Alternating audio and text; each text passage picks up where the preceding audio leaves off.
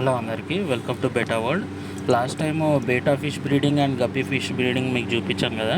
ఈ babies update అనమాట. అవి golden and electric blue babies. ఇది వచ్చేసి బేటా అప్డేట్, బేటా ఫ్రైస్ అనమాట. 15 డేస్కి గ్రోత్ ఇది.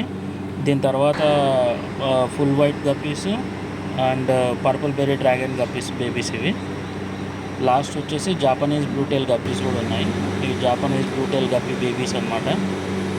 ఇవి ఆల్మోస్ట్ సెమీ అడల్ట్ సైజ్కి వచ్చినాయి. వీటి ఏజ్